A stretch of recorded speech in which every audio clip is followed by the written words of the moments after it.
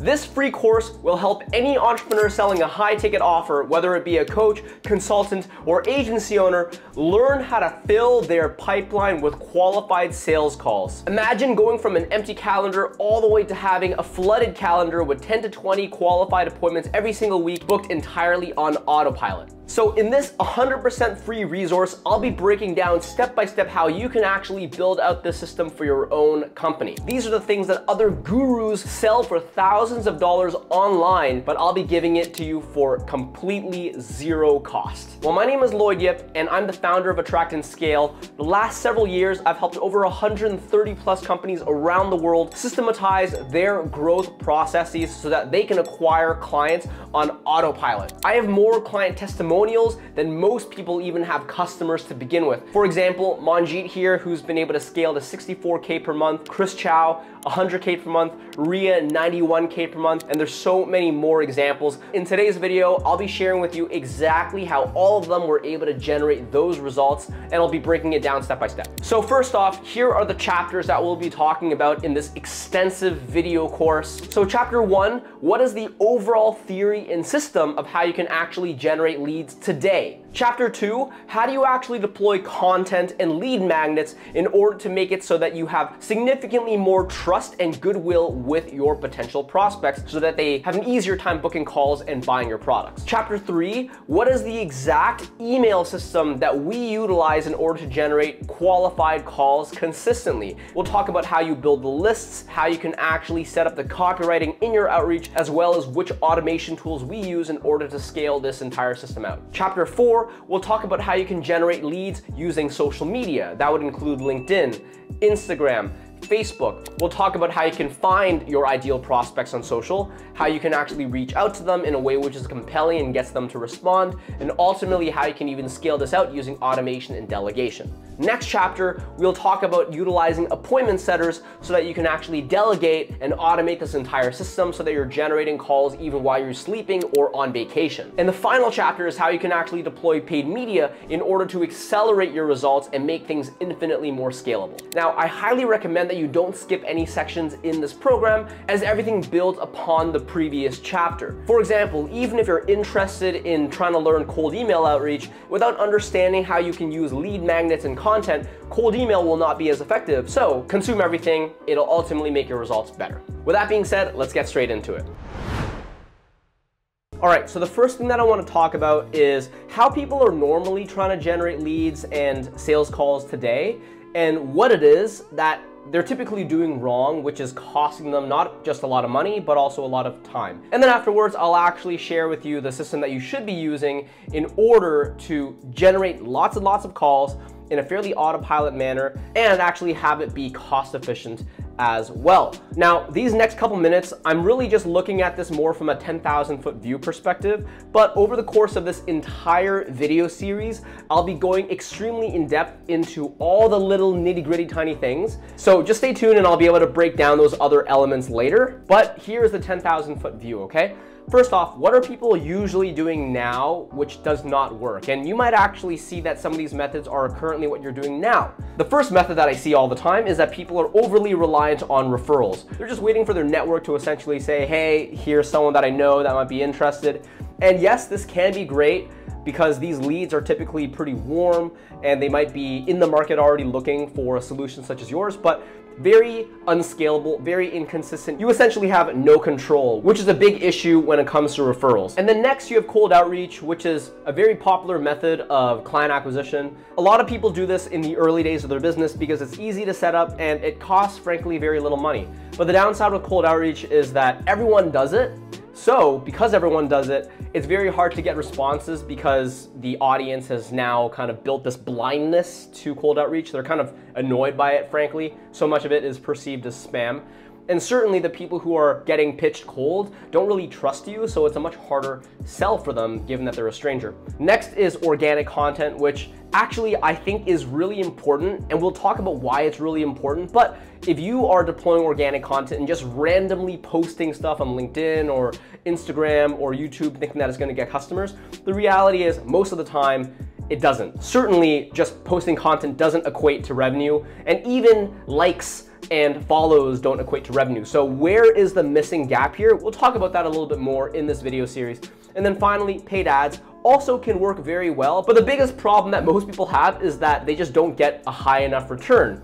They spend $1 and maybe they're only getting $1 back or $1.50 back or $2 back, or they spend $1 and it takes them like several months before they can even make their money back at all. The issue here is, how do you actually make sure that your return on ad spend is actually good? So given all of this, what is the system that actually does work today? Well, here it is at a high level. And once again, over the course of the entire video series, I'll break down every one of these steps in finer detail, and I'll even share with you how we do it. The thing to understand is that there's really 3 components that you need to be able to have solid in order to generate sales calls that are qualified and want to actually buy your products.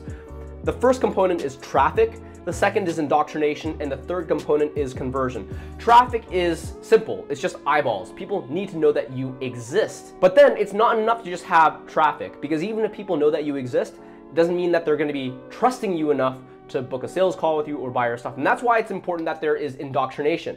And this is the second stage, where you're actually getting the people who know you to actually like and trust you. And this is a big problem. A lot of people don't even do this at all. This is where you start seeing issues such as you send a cold DM and you just ask someone straight up for a sales call even though they know nothing about you, and they don't book that call because there just isn't that level of trust needed. So instead, we're gonna have this middle section, indoctrination, where we're gonna give them free value, free content, lead magnets, so that they start to think about us as an expert. And that is gonna make it significantly easier for us to ultimately get to the third stage, which is conversion, where we're asking them to ultimately book into a call and buy our products. So traffic, indoctrination, and conversion. How do we do this? Well, there's a couple methods, right? There's multiple streams of which you can get eyeballs, whether it be organic outreach or it's paid traffic. And then obviously within the content itself, there's a lot of different ways that you can deploy your indoctrination content. And we'll talk about that in more depth as well in this video series. And then finally, how do you actually get people to book into a call? Lots of different ways that you can do this as well. So these are all the things that we're gonna be discussing in depth in this video course. So if you're excited for this, let's just get straight into it. If you're someone who does not generate enough meetings, or people simply just don't trust you enough to buy your stuff, I'll be sharing with you the exact solution. It's giving free value upfront, whether that be in the form of a free course or a lead magnet. And we do this before we ask for a sales call or a purchase, because that's what actually allows us to earn the goodwill to generate more sales down the line. So why does this work? Well, let's first break down what it is that most people do and why it simply fails. Most people try to go really quickly from the initial traffic source all the way to the conversion event. As an example, people oftentimes try to just send out a cold email or a cold DM and just straight up ask for a phone call. Or someone might put up an ad on Facebook or Instagram and it's just, hey, book a call with me right now because here is this thing that I can do for you. The reality is though, whether you're doing paid media or you're doing a cold outreach on social or email, both of those situations will fail more often than not because you've built zero trust with that particular audience. You're going straight for the kill. And given how skeptical people are today, given how oftentimes people have been burned online, and the amount of sheer messages that they're probably getting in their inbox every single day, they're usually going to ignore those cold pitches. I call this inbox blindness or ad blindness. And this is what's causing you to have a low call booking rate, a high no-show rate, and even if people are jumping on calls, they're likely just not buying because they have lots of objections and lots of skepticism. Now, providing of a lead magnet or really high quality free content up front will fix this problem. And more importantly, it can 2x, 5x, even 10x the total amount of calls that you're booking, which directly leads to more revenue. And it's not just something that you see online. It's a reason why car dealerships will provide free test drives, why Costco will give out free samples, and why software companies will give out free trials for say 7 or 14 days for you to test things out before you actually pay for their subscription. And obviously, anytime a company is willing to provide something free up front, it does cost them a little bit of money, but when you're able to provide this free value up front, it ultimately allows you to 5 to 10x your sales overall in the back end because you've earned more trust and you've allowed more people to actually enter your funnel and feel as though your offers are actually good. And it sounds obvious that this works because everyone has experienced this before, but let's break down why it actually works and how you can actually implement it for your own business. Well, the psychology psychology behind why it works, first off, is because people are only gonna buy something if they feel as though they are likely to get really great results out of buying it. But before you actually buy anything, all you have is a guess. You're guessing whether or not this thing that you're about to buy is going to be beneficial or not beneficial to your life. Now, what impacts the math that you're doing in your mind of whether or not this thing is gonna be valuable? There's gonna be things such as your friends recommending it or research that you've done online. And that's why referrals are really great and word of mouth is really great. Obviously, it's not very scalable, but those leads tend to close more often because of the fact that they come highly recommended. But the other part of the equation is how much value have they already received from you before converting? And by converting, I mean booking a call with you or buying something that you've created. And the more value that you've already given them before you've asked for anything in return, the more likely that they're gonna think you're credible and that they'll trust you with their time and their money. And the vast majority of people just simply don't do this, right? Because they'll send out a bunch of cold emails and they're straight up asking for a call, and they're surprised as to why it is that no one really ever books a meeting with them. But if you think about it, let's say you're a prospect and you have two offers in front of you. One offer is just a guy that's just like cold DMing you and saying, hey, I can achieve all these amazing results for you, but you really have no idea. There's no evidence, really. They've never really interacted with you at all outside of this one cold email. Versus, let's say someone else makes the same offer, says, hey, I can achieve all these things for you, but this person has actually shown value. Maybe they've done something for you for free. Maybe they've given you some insight, some tutorials. They've walked you through a demonstration of how they've actually done it with results. Of course, this person is gonna seem more credible. So if you are actually in the market to buy a solution, which of these people are you more likely to actually end up working with? And the answer is obvious. You're gonna be picking the person that seems to have a higher likelihood of future value. And for anyone who's saying, listen, my offering is really, really great, and people need to just pay in order to see how great it is. Unfortunately, welcome to the real world, where even if your services are really good, no one's gonna know until they actually work with you. But unfortunately, they're not gonna actually work with you to begin with unless you show value up front. And that's where a lot of companies that might even have worse services than you might ultimately beat you, because they're just willing to provide more value up front than you are willing to provide up front. Now, of course, if you don't actually have a good service, then you're just gonna end up churning a lot, and then you'll lose a lot of companies on the back end. Whereas if you do have a great service, then you're gonna be more likely to get referrals, and then your business will be more sustainable. But if we're strictly talking about just net new client acquisition, the key is who can provide more value up front. Now, the question that you might have is, what should this value look like? Well, first off, let's say you're a coach, consultant, agency, or some sort of service provider. You should be having a pretty in-depth understanding of what your clients need, their biggest problems, their biggest pain points, the things that they struggle with most. And this is really where your fee value is going to be based around. You can either decide on creating content, which is going to help them with overcoming some of those issues that they have. And this could come in the form of tutorials, breakdowns, and guides, behind the scenes demonstrations of exactly how they could actually overcome those specific issues. For example, on my end, I've created this ultimate free course, and it's built inside a YouTube channel that has lots and lots of tutorials and demonstrations that pretty much hide nothing. Someone can look at this and they'll actually realize a lot of this content I could have charged for because it is really valuable, but I'm not gonna charge for it. And because of the fact that I'm giving so much free value up front, they're gonna start thinking, wow, if this free stuff is this good, then working with Lloyd directly one-on-one must be insane. And that's the key to understanding whether or not your free content or your lead magnets are actually good enough to do the job. It's, would people be willing to actually pay for it? And if people would be willing to pay for it, yet you're still giving away for free,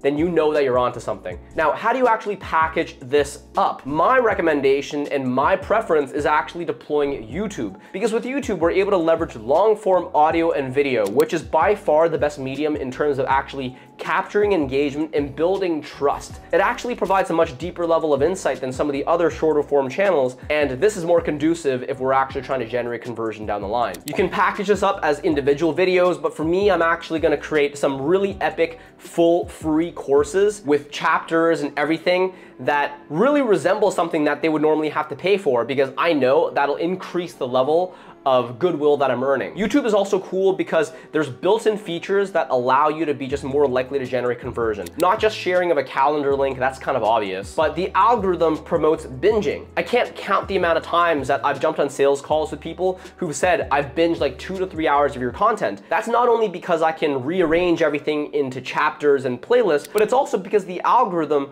once they know know that someone is watching a lot of my videos and they're into a specific topic, they're just gonna make sure that my face shows up every single that person logs back into YouTube, whether it be tomorrow or a week from now or a month from now. And that's not really possible if you put your videos outside of YouTube. And one other thing that I think is really cool about YouTube is that it has the ability to find brand new audience members that don't know who you are. Because obviously you could just share your videos directly to your existing audience, but even if you didn't, YouTube is smart enough to just find net new people who are interested in those specific titles and those keywords and those topics, and then you'll actually have brand new people discovering your name every single day. In the long term, I actually think that YouTube is the best thing that you can utilize for your personal brand. And I think we should know by now that a personal brand is the most scalable and the biggest value differentiator that you can generate between you and your competitors. There's a reason why you know, like, and trust people like Alex Hormozi or Gary Vee or Tim Ferriss more than someone else who just sends out a cold email. And it's because they've spent the time to actually add value and build a brand with their content. Now, a question that you might have is, if I give away all this free content, then why would they need to work with me anymore? But that's actually a false belief, because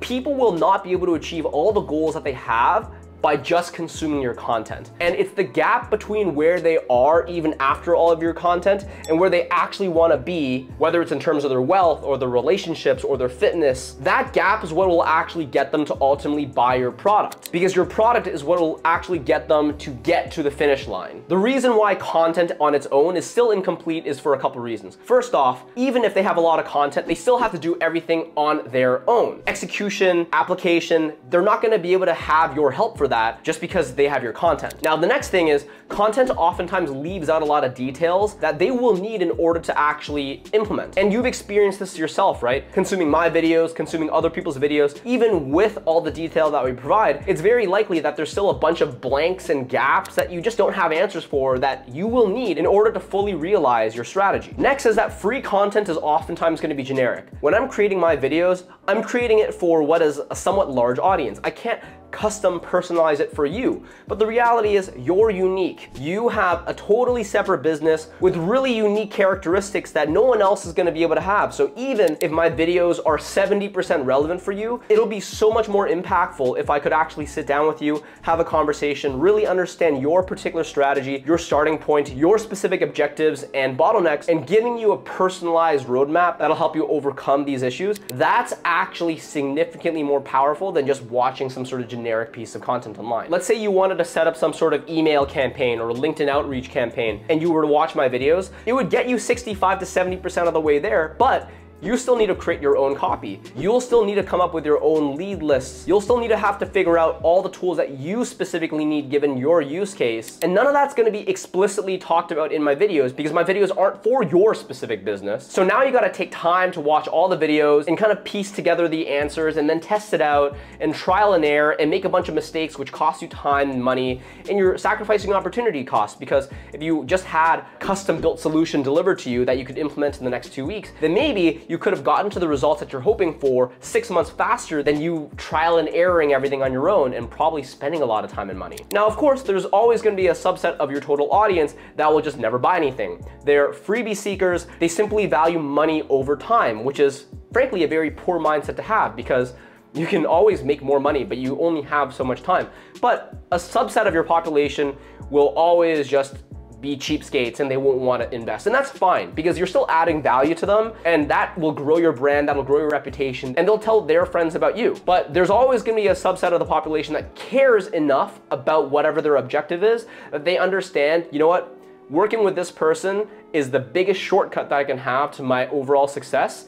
And I would rather do that and spend some money rather than toiling away and making mistakes for a year and beyond. And those people will potentially buy from you if they first trust you. But those same people who would buy if you don't provide any value up front, they oftentimes won't. And that's why the value of a lead magnet is so critical here. Once you actually have this content, what do? Well, obviously you're gonna wanna make an ask. Content on its own is not gonna be sufficient. So making the ask inside the videos itself, calls to action to book a call because you're you're going to be sharing your calendar booking links below, asking people to, hey, follow me and DM me on social media and let's have a bit of a conversation. And if you're not ready yet, just continue watching more and more of my videos so that maybe weeks from now or months from now, you will eventually reach out when you trust me enough or when it's the correct timing for you.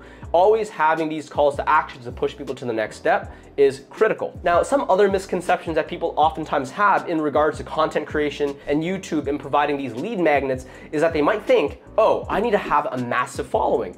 But you don't. You don't need to be Mr. Beast. You don't need to be a celebrity. In fact, for me, I was able to generate my first clients with YouTube when I had only 200 subscribers. And even now, I have like under 1,500 subscribers and we're consistently generating multi-five figures per month with YouTube. And I've only been using YouTube as a marketing channel for under half a year. So it can grow really, really fast, even in really, really niche spaces with a very small audience. And in this course that I'm providing you, I'll actually share with you how you can monetize YouTube very quickly, even if you're totally brand new. The other misconception is that you don't really need amazing editing.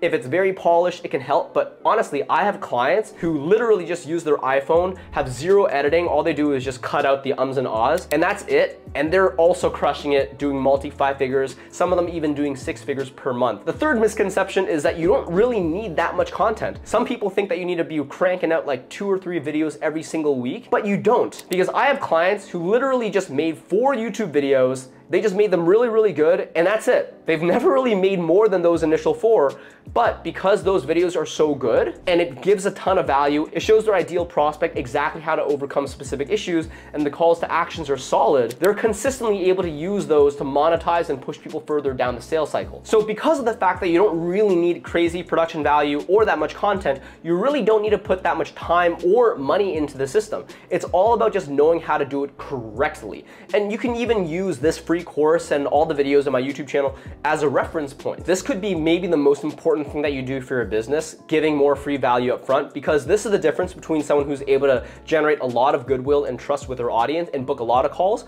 compared to someone who is scrapping for leads and everyone seems to ignore them. And it's very possible you might think, hey, I don't want to spend the time and the money into even creating those small few pieces of content, but you really have to think about it. If you were able to generate 3 to 5x as many sales calls from just investing in a little bit of content creation up front, would it be worth the small investment that you're making in time and money with those few pieces of content? I mean, the math really should speak for itself. This is gonna be a return on investment that you're making every single month with just a very small amount of content. Now, let's say you actually have your lead magnet or your free course or whatever is the content that you're utilizing to build more trust. You might be thinking, how do I actually get it in front of people? Well, the wrong way to do it would be just to rely on YouTube's algorithm. I know YouTube can be a good way to get people to discover your content, but it's also very, very slow, and I wouldn't necessarily recommend it if you're looking to get quick results. The best way that I would say to actually utilize this content is to use it as part of your marketing campaigns. So this is really just the indoctrination or the nurturing section of your overall funnel, and that's why I'm talking about it right now. But to actually get it in front of people, you would be using things such as paid media or outreach, whether it be on email or on social media. So I'll actually break those methods of distribution down later on in my massive free course. But it's really important that you just understand this concept of having a free lead magnet and pillar content pieces, because utilizing them inside your marketing campaigns in order for someone to actually think that you're credible is going to be what allows them to build enough trust that they'll actually convert and book a meeting with you. Those distribution methods, whether it be outreach or paid media, that's only good to get eyeballs and attention. But once you have their attention, what are you going to do with it? Are you just going to try to ask them for a meeting despite them knowing nothing about you? Or are you going to try to show them that you deserve a meeting, right? Moving on to the next sections, I'll be talking a bit more about how to actually distribute this in those aforementioned ways. All right, so you can see my screen right now, and I actually just want to share with you first off the tool that I use that makes my life a million times easier to run email campaigns, and it's called Reply.io. You can actually sign up for a free trial using a link that I provided in the description box below. The purpose of it is to allow you to essentially automate out your sending of emails so that you can cover significantly more ground. As you can see, I've built a bunch of campaigns here. I have a pretty solid track record in terms of creating good campaigns. You can see all my open rates for all the campaigns that I've ran are 50, 60, 70%. Some of my reply rates are 5 to 10%, which is Pretty impressive, given that most people running email outreach campaigns are lucky to even get 2 to 3% these days. That being said, I actually want to share with you the copy that I use, because it's really important that you understand the strategy behind how to create an email campaign that generates results. Because most people do not do cold email in a way that gets results. And you probably have seen this for yourself because people have prospected you, sending you really annoying outreach. Here's an example where there's clearly no research. He's just asking me for a call, even though there's like really no sense of relevancy to me. Like, I don't really require any development at all. So they're just blasting probably 1,000 emails a week or 1,000 emails a month. And it's a pure numbers game. And they probably have under a 1% reply rate, which frankly isn't the way that I think you should be doing outreach. So if that's not the way to do outreach, how should you do it? Let me show you. All right, so I'm just gonna open up the sequence that I've built and show you the copy for the first email that I'm launching. So here is the basic gist of it. I'm not gonna read the entire thing out for you, but I'm gonna say, hey, I know that you're probably tired of people just spamming your inbox and making massive claims that they have no evidence about. I'm not gonna do that. I actually just wanna give you something for free. I made a free video course that specifically helps people like you overcome a specific issue. If you want it, just let me know, reply yes, and I'll send it over for free, no strings attached. So you get the idea, right? I've talked about in other videos and earlier in the course where sending out a lead magnet and providing free content is really valuable.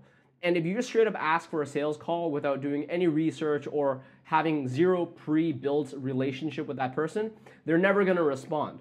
However, if you're instead saying, hey, I have this thing that I know can help you, it's much, much easier for them to respond.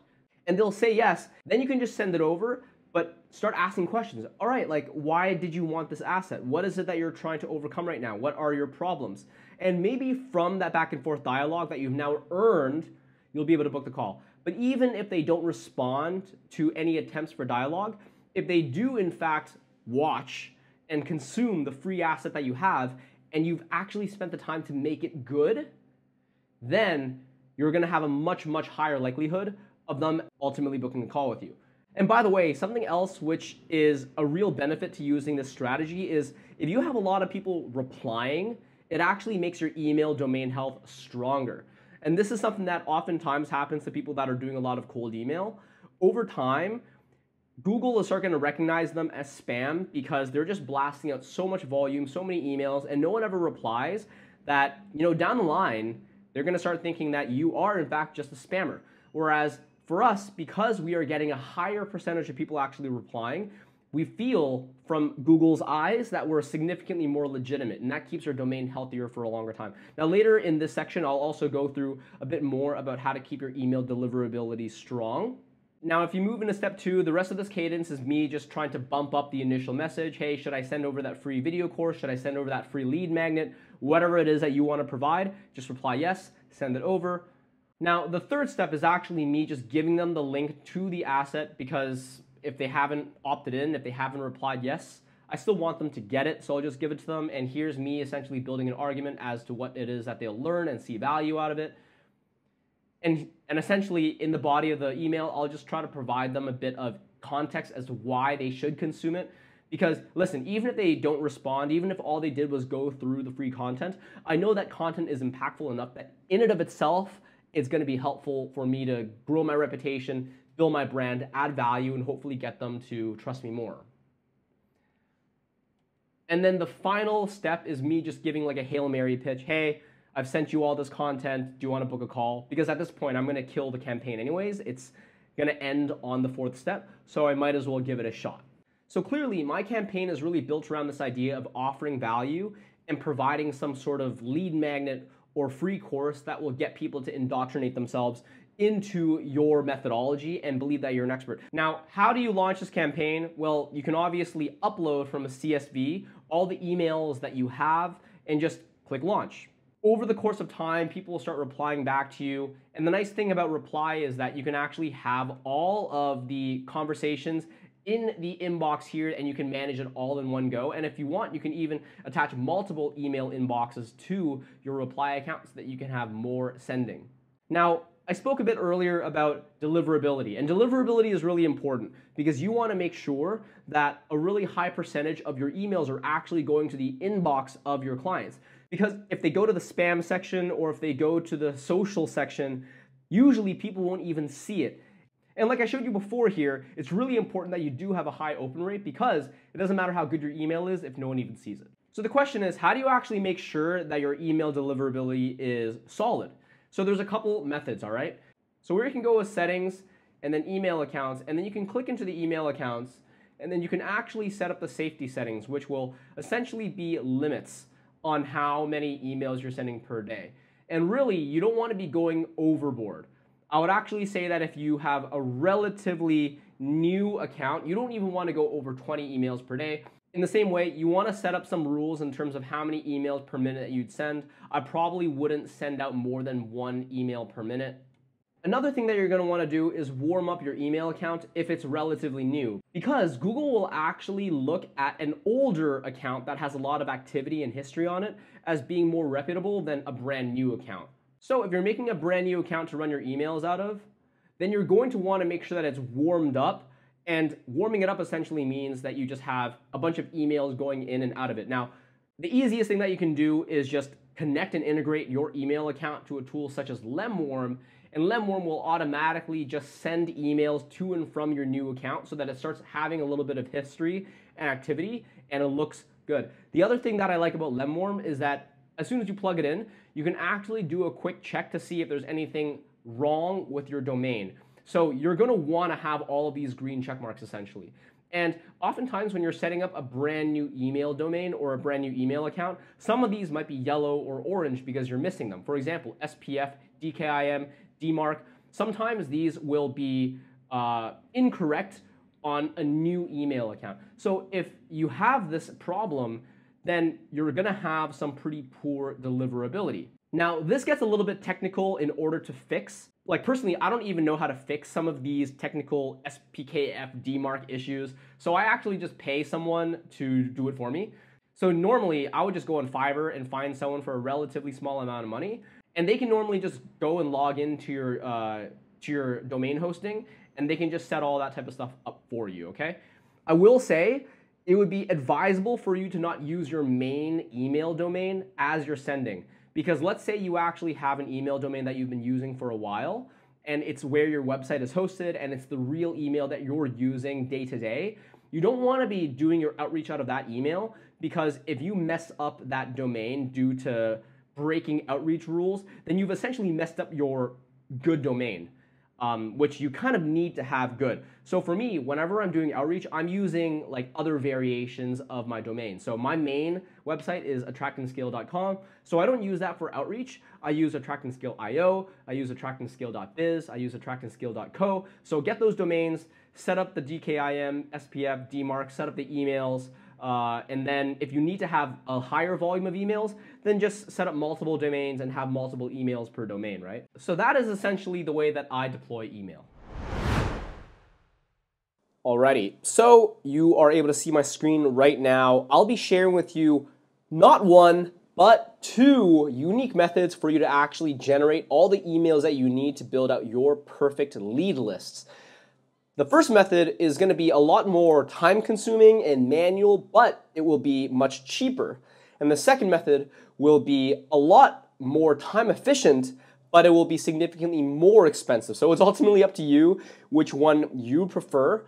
I actually use the first method because even though it can be manual, I have a virtual assistant that can actually just do it for me. So in that case, I get the best of both worlds. I get to save money, and I don't have to do any of the work myself because I've delegated all the annoyingness to my VA. So that's another option you can choose to use, having someone else just do the work. And by the way, a virtual assistant costs like between $4 to $7 an hour. So that's not necessarily a bad investment if you're hoping to offload some of your data admin. But with that being said, today I'm not going to be talking about a VA very much. So just take it as is. I'll be going through both processes right now, and both of them will be able to get you really, really high quality emails. So you're not going to really see much of a difference in terms of the quality of the contact information, all right? So the first method is going to involve Sales Navigator, which is the premium version of LinkedIn. This will cost you some money. It costs around $70 a month. And then it'll also require you Dripify, which is the other tool that this method 1 is going to require. Also, it's going to be between $70 to $100 a month. And I know you're thinking, hey, that's already like almost $200 a month. Believe me, that's not going to be very much money at all relative to the value that you'd be able to get by having thousands and thousands of emails to be able to reach out to, right? Obviously, if you can close even a handful of deals, that pays for itself like 100x. And certainly, this is still a bit of a cheaper method than the second option, which I'll be getting to at the later part of this section. That being said, Sales Navigator, premium version of LinkedIn, what it allows you to do is essentially build out these very specific and targeted lists based on the LinkedIn internal database. And this is really cool. You can filter by geography, by industry, by headcount in their employees, how long they've been around. Generally speaking, you're going to want to keep your overall search results under 3K because with the other tools that we're going to need to enrich and extract all the contact information, there's like a limit to how many people you can upload. So 4,000 would actually be too big of a list. So in the situation that you have a list which is too big, you're going to want to add additional filters to try to slim it down. Easy things that you can do is, for example, you could get rid of certain states, and that'll slim down the total audience, so you can do exclude functions. So there's a lot of different things. Just play around with it, and you'll be able to find out for yourself what is possible, okay? And then once you do that, you're going to want to save search. I'm not going to save it because I've already saved this search before, and the naming convention is pretty important just for like future organization. Just name it, you know, the collection of the filters I've used as easy reference, okay? So if you do have a lot of saved searches, by the way, best you just like keep them all in a spreadsheet somewhere so that you can access them later. I just find that the organization is pretty helpful. So once you have the Sales Navigator list, what do you do with it? Well, what you would do is you would upload them into Dripify. And this is actually a new way to enrich emails using Sales Navigator that I've only recently discovered. I actually have another video, I think, that I created maybe 6 months ago about enriching emails with LinkedIn. And I actually think that this method is better than the previous method, which used another set of tools, because this method actually has a higher percentage of successful enrichments. For example, like out of 100 leads inside Sales Navigator, the other approach that I talked about half a year ago was only able to maybe get like 40 to 50% enrichment, which means 50% of this list you're not going to ever find the email for. This method that I'm about to share with you gets like 80% enrichment. So you're getting significantly more emails on the same list. So that's why I like this particular method more. So Dripify is actually a tool which is more useful normally as a way to automate your LinkedIn outreach. But for this particular strategy that I'm talking about, you don't actually use it at all for messaging. You're strictly using it as a way to scrape leads. So what you're going to want to do is create a campaign which is specifically just to scrape, okay? So you would essentially just click New Campaign. You're going to want to first add the leads to this campaign. So just copy and paste the URL of the saved search that you made in the past, copy and paste it, and then put it here, then name it Scraping Campaign, because that's essentially what we're using this campaign for. We're just using it to scrape. I cannot spell today for some reason. Scraping. Oh my gosh. Scraping. There we go. 4th time is a charm. And then just click max, because by default, it's not going to let you upload all of it. So LinkedIn profiles found 2,475. And once again, the reason why we're not using a bigger list is because Dripify is going to have a limit to how many you can take. So if you can keep it under 3,000 or 2,500, that'd be ideal. So you would click Create List. I'm not going to do it because I've already made the same list before. So I'm just going to click No here. And I'll show you what's going to actually look like once everything's been uploaded. Now you can see here, I've already uploaded the list. Views in the Scraping Campaign, I've uploaded that exact same list. And then you can see here, there's like almost 2,500 leads in here. Now, one of the things you're going to want to know is that normally Dripify does take a while to even process the uploading of the list. It might even take a full day. So like I said before, this first method does take a little bit more time. So be patient, upload it, and then you might need to wait a day for it to fully populate. I'm not entirely sure why it takes so long, but it does, and it is what it is, okay? So once everything has been successfully uploaded, what you're going to be able to see is essentially this. you're going to see all of these names. It's going to have where they're from. It's going to have some of their emails already pre-found, okay? That being said, some of them are not going to come in already found. You can see here, right?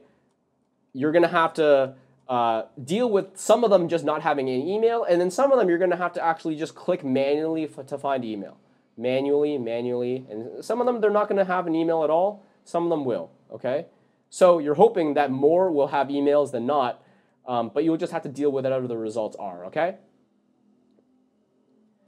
Now, the reason why I said earlier that Dripify will require you to spend a bit of money is because every time you successfully get an email, it does cost a credit, and you'll have to buy your credit. So out of the gate, the free plan, the free version of Dripify will give you just like 100 credits, but if you're using it to like massively get a bunch of emails, like 5,000, 10,000 emails, then you'll have to pay for it, but it's really not that expensive compared to most other options that I've found. So that's something that you should know. But the other thing that you're gonna wanna know is the fact that in order to get all these emails, you will have to manually click it one by one, which is kind of annoying. Like you can imagine if there's 25 pages of this and you have to click it one by one in a list of like 2,500 emails, it's a little bit annoying. And this is why I've actually delegated this part of the job to my virtual assistant, who can do it at like $5 an hour. So much, much easier. He just has login access to my entire Dripify profile, and he just does this and he just bangs it out in like half an hour to an hour. The later down like the list goes, the more likely the emails won't be found. That being said, you can see here, the first page here, almost every one of the emails are found. So overall, by the end of the entire like 2,500 list, I'll probably get 60 to 70% of it, maybe more. Now, once you've done this, the next step is you're gonna wanna export it. So you wanna select all 2,474 leads here, click select, and you're gonna export it. Now, I'm not gonna actually do this for you right now because like I don't want to and I don't need to, but you get the idea. Export it, and what's going to come out of it is a CSV, essentially a spreadsheet, which will look something like this. It'll look something like this, okay? You'll have first name, you'll have last name, and what we actually need to do right now is we need to fix this spreadsheet because there is something wrong with spreadsheet that makes it impossible for us to be able to upload it into the next step. And what is that next step? The next step is actually using a tool called ClearOut. And essentially what this tool does is it allows us to verify which of the emails that Dripify gave us are actually good emails. Because the problem is some percentage of the emails in this list will be bad. They won't be deliverable. Maybe they've left that job. Maybe the email is no longer active. And what you do not want to do is send out all these emails and then have like a 5 to 10% bounce rate, or even worse. Because if you have a high bounce rate, then it's going to be bad. And Google will start flagging your email domain as being like spammers, because normal people shouldn't be emailing a bunch of people who have like broken emails. So you're hoping to avoid this. This ClearOut tool essentially will allow you to find of the CSV which ones are actually like good emails. And then once you run it through, it'll filter all the bad ones out and you can just like download the CSV. And that's the one that you'll actually use in your campaigns. But like I said before, the way that this spreadsheet has been formatted from Dripify is like not good for ClearOut. You can't upload this. It'll just give an error message. So I want to share with you right now how you can actually make it usable. So what you want to do is just have a Google Sheet. And then you're going to want to copy and paste this entire sheet that Dripify gave you, and you're going to just want to replace the blank sheet with it. Okay? So imagine there was like a blank sheet here, and I just copy and pasted it over it. So now this is the exact same thing as the CSV before.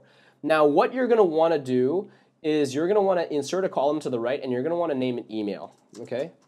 You're going to want to name an email, and what you're going to want to do is just copy and paste this feed, this specific snippet. Just copy and paste it. And if you need to look at it, you can look at it, just copy and paste it, okay? And essentially what I have done with this particular formula is I've essentially created a third column which has all the emails.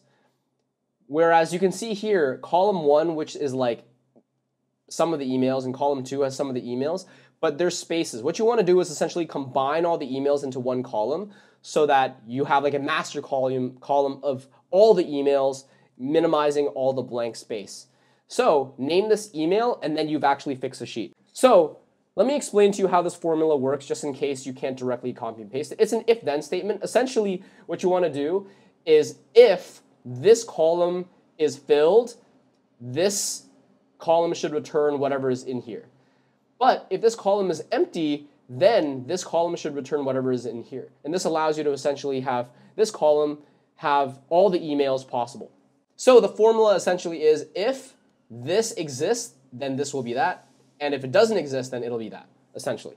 So now that you have this, you're going to want to then click File, and then you're going to want to click Export into a CSV, okay?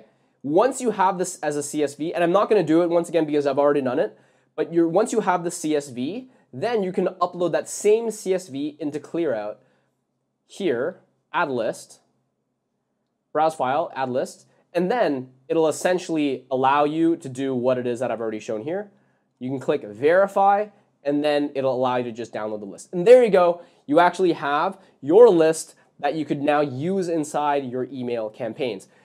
This takes a little bit of a process, right? You got to wait for Dripify to process all the leads, and then you got to like click a bunch of things or have your VA do it, and then you got to enrich it, and then you got to push into ClearOut. It's a lot of effort. But what you get out of this is a very low cost way of getting all the emails that you need, and they're high quality emails, okay? So what is the easier way, you might be asking? The easier way is essentially an all-in-one tool, and it's going to be significantly more expensive because now you're actually going to be paying like per email, and it'll probably end up being 5 to 10 times more expensive, but you do get to save some time, right? So essentially Apollo.io has like a built-in database, which is kind of similar to Sales Navigator.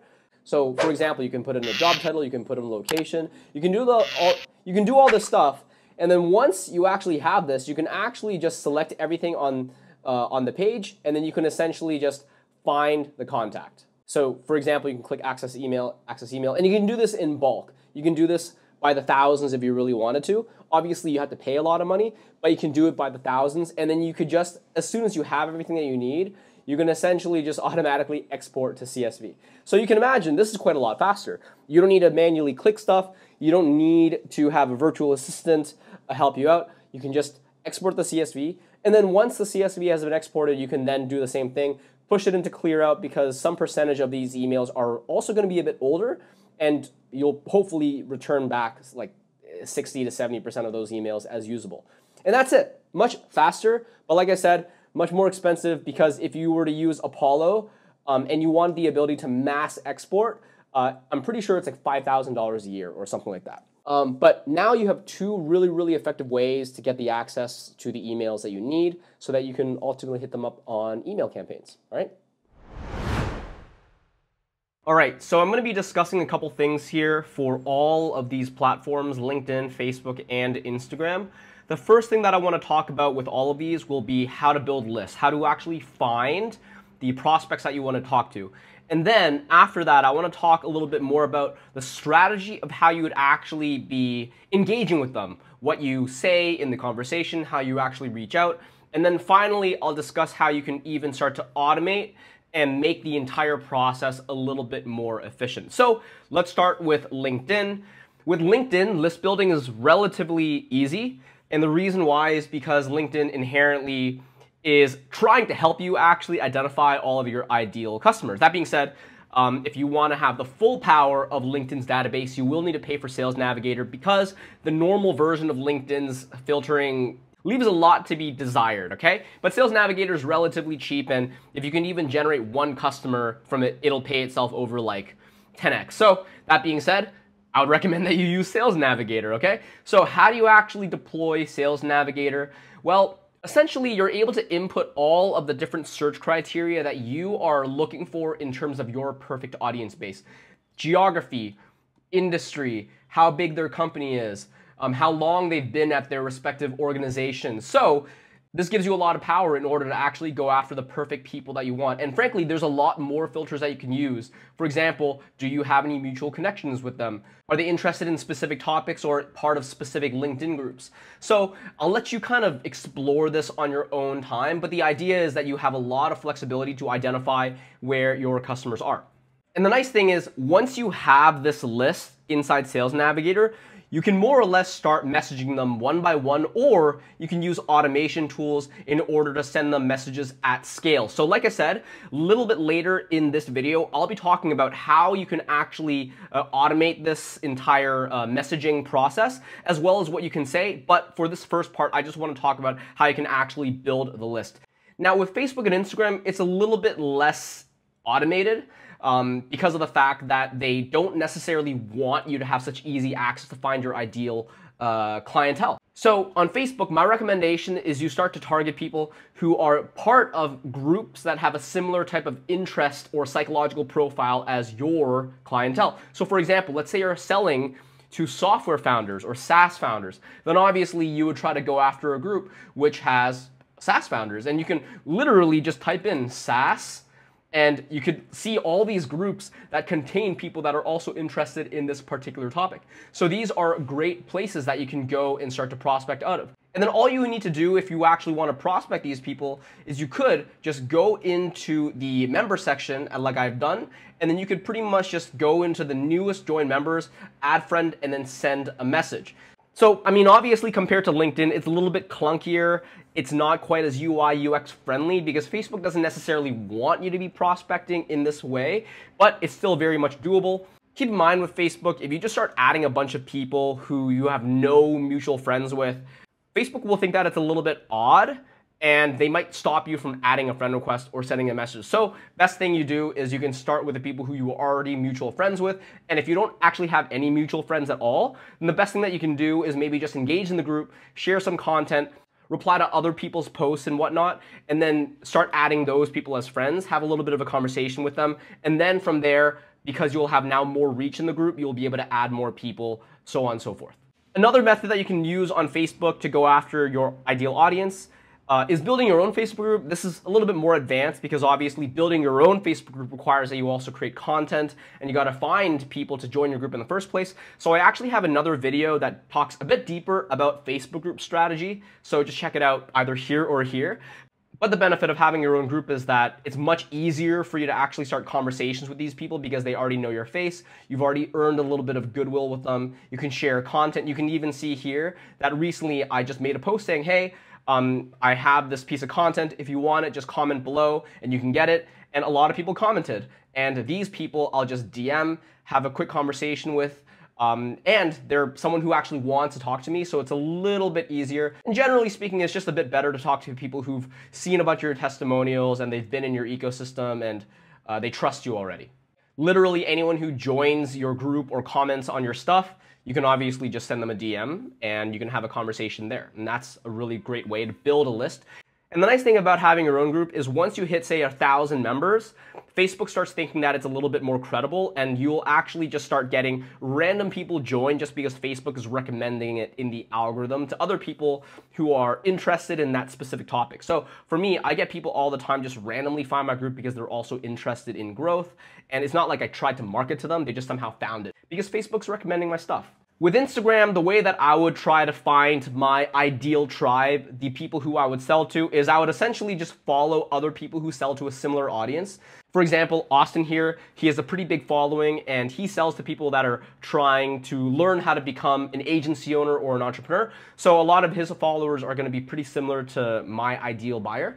So what I'll actually do here is I'll just pretty much poach his followers because it's all public information. I could very easily just find whoever's following him and I could just add them and DM them. So those are pretty much the ways that I would go and find the lead lists, whether it be on LinkedIn, Facebook, or Instagram.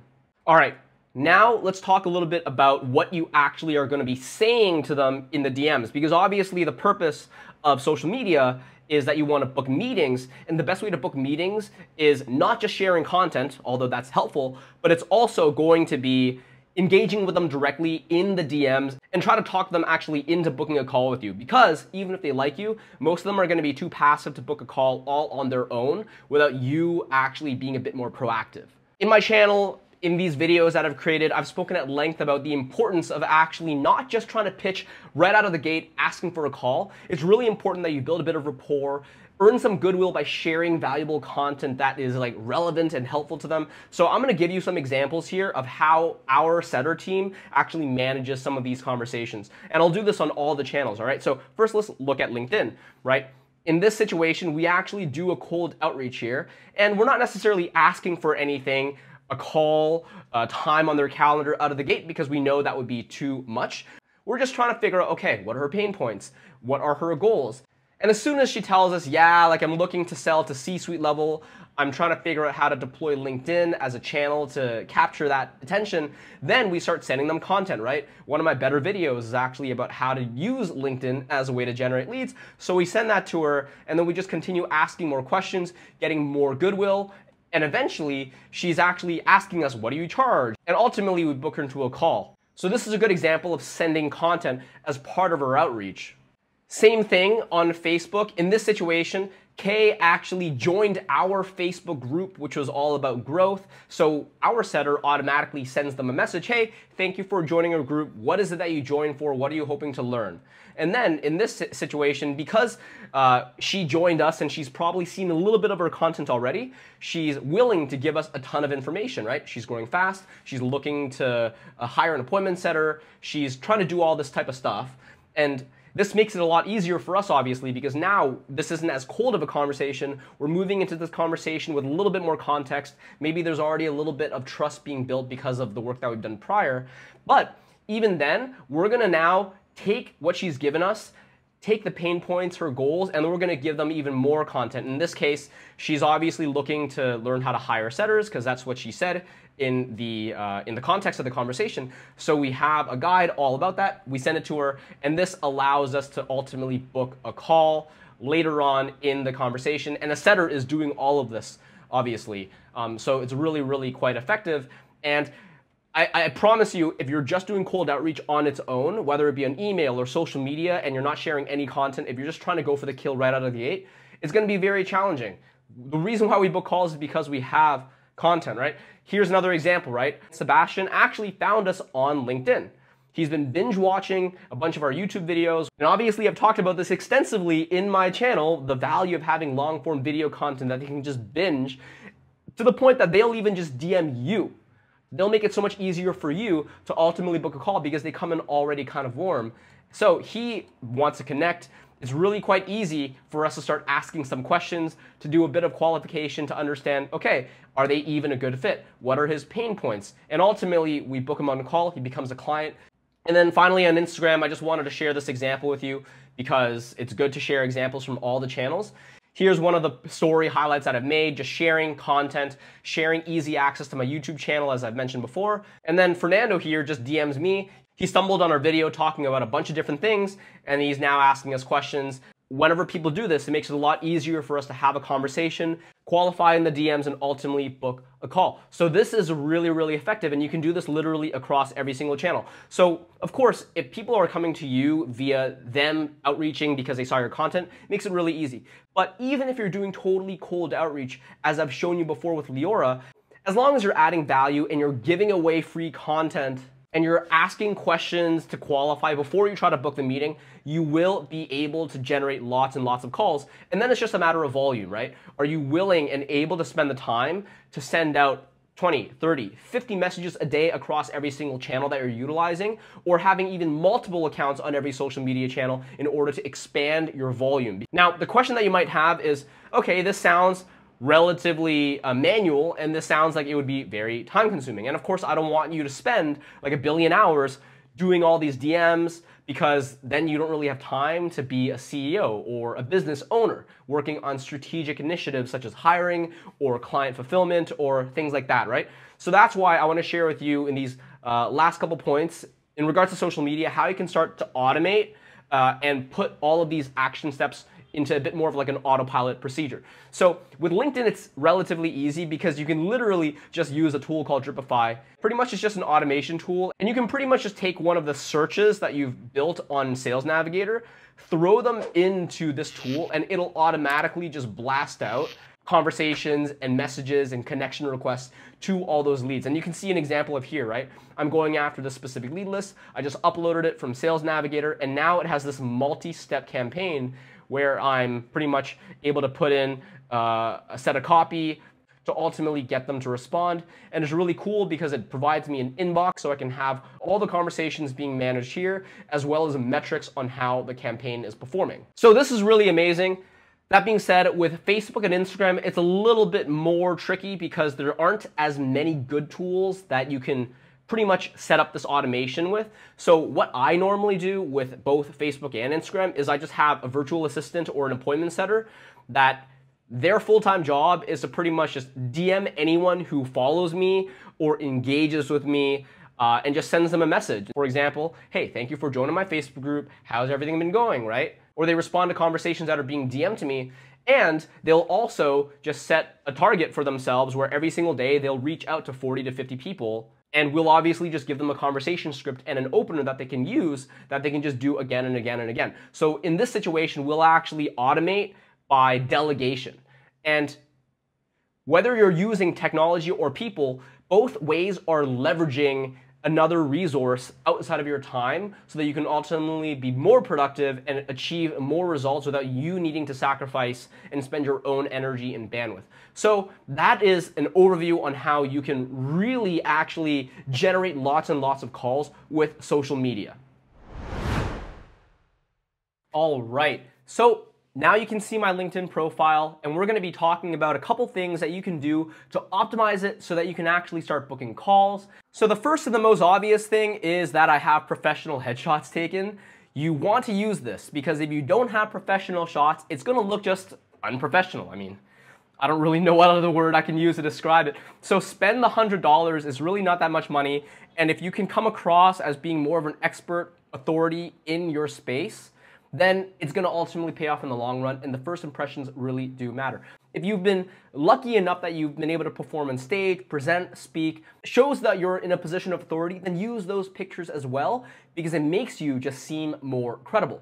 The next thing that you're going to want to do is come up with your LinkedIn headline. And this is really important because it'll essentially tell your audience exactly what it is that you do and who you help. And you can actually see here, I directly call out my ideal buyer, and I even talk about the specific thing that I help them with. You don't want to just say, oh, I'm the CEO of so-and-so company and leave it at that, because that doesn't really actually tell people whether or not they would be a potentially interesting fit to work with you, right? So for example, if you sold fitness products to help mothers lose weight, then you would literally say that in your tagline. Now, the next thing that you're going to want to do is set up this link here, which will allow you to drive your traffic to wherever it is that you want to go. So you can push this to a website, you can send this to your call booking page, and in my case, I actually send them to my YouTube channel where it shows them how they can build out systems that will ultimately generate them more leads and clients. And the reason why I do this instead of just sending them to a call booking page is because most of the people that will be heading to my LinkedIn profile probably have never met me before and they don't necessarily trust me yet. Maybe that's because I sent them a cold message, or maybe they just found me randomly on LinkedIn. And if that's the case, they're not going to be ready to convert on my website or my call booking page yet. So instead, I want to build more trust. I want to give more value up front, and that's why I've spent all this time to create content, and getting them to binge down my content is going to make it way easier for them to ultimately book a call. And actually, on my YouTube, I have links for them to actually book a call. As well, in the video itself, I have a call to action that'll just speak out loud saying, hey, if you're following me on social media, just send me a DM. Let's have a bit of a conversation in the DMs, and that way we can talk about whether or not I would be a good fit for you. So if you actually want to set up this link, you're going to have to actually turn creator mode on, because by default, creator mode is not on. And without creator mode, you're not going to be able to do a couple different things, such as LinkedIn Lives or building a newsletter, but namely, you're not going to be able to set up this link. So turn it on and you'll be better off for it. Now, the next section that you're going to want to set up is the featured section. And this is going to have just primary content that you're going to have pinned to the top of your feed. So for me, I also have my YouTube videos here. I'm going to push them to the core YouTube video that I think is the most valuable. Now, below the featured section with all these pinned pieces of content, you actually have your overall activity. And consider this almost like your wall. This is just your recent content that you've created and shared. And the cool thing about LinkedIn is you can actually decide whether or not you want to be pinning videos or posts or comments. And for me, because I'm more of a video-centric person, that's why I've chosen videos to be the default format that I've pinned. But if you're more of a writer, then you could just have all of your written posts be pinned instead. As long as your written content is good, then by all means, go for it. Now, the next section here is the About section. Now, I will say, if you do not turn on creator mode, the About section actually will show up higher in the screen. However, when you do turn creator mode on, what it does is it actually makes your content the most important thing in your profile, and then it lowers the About section all the way down here. So the About section, what it really is essentially where you can explain what your business is all about, who you help, how you help. A lot of people misuse this because they just use it as like a way to talk about their life story, or they use it to talk about like essentially resume things, which I know for your dad probably is the correct way to use LinkedIn, but for us as entrepreneurs, as people trying to sell and move products, you want to be able to use this more as like a copywriter or like a landing page in a website. So I talk about who exactly I help, what their biggest problems are, and how I actually can serve them. And I even, once again, reference that they should go and check out my videos above if they want to see me solve these problems for them. So once again, really trying to make this as effective as possible from a sales perspective. Now, in terms of the experience section here, I would say this will depend on what your previous jobs were. If you've had a lot of jobs in the past which are directly relevant to the entrepreneurship venture that you're doing now, then having just your previous jobs and your accomplishments there is sufficient. For me, as an example, like my business, Attract and Scale, we help people with lead generation and content marketing and client acquisition. But the reality is, even before I started my company, I've already been in that world for like 8 years, right? Before my own business, I was the head of sales at Hired Hippo, which is a software business. And then before that, I was the sales director at an agency. And before that, I was literally just doing sales for a fast-growing startup. So for me, I didn't really need to change anything because my previous experiences already made me look more credible. And I'm sure for my first few clients who I found on LinkedIn, this was really valuable to have. Let's say what you're trying to do has very little to do with what your previous experiences were. And in that case, you can actually just use your actual customer testimonials as experiences. You can add a new position and then actually just feature previous clients and feature their client testimonials and their stories. And that actually would be sufficient to try to flesh out your expertise in whatever new venture you're trying to execute on. Now, all the way down to skills, I don't think really skills are that important. People rarely even get down to this part of the LinkedIn profile anyways, but I guess it's better to have than not. For me, I was very lucky because, once again, I've been in sales and marketing for like almost a decade now. So I had all these endorsements long before I started my company just because I had been working in the space. But if you don't have any of these endorsements yet, fear not. All you can do is pick the 3 to 5 that you actually think are the most important for your entrepreneurship venture. Maybe that's weight loss, maybe that's negotiations, whatever it is. And then just ask your friends, ask your family, ask your ex-girlfriend, ask your existing clients, ask your employees and your previous colleagues or whatever, and just get them to endorse you. It's not a big deal. It's actually relatively easy to do. And like I said, most of my endorsements didn't come from me needing to ask because they just thought I was actually an expert. And that's great. But for you, if you've never done this before, then just go and ask, and it's not that big of a deal. Recommendations, same thing. I've never actually gone out of my way to ask because I just don't think that people even really get down to this far in the LinkedIn profile. But if you want it, it's better to have it than to not have it. But for me, I do have some recommendations from previous colleagues that say how good I am at what I do.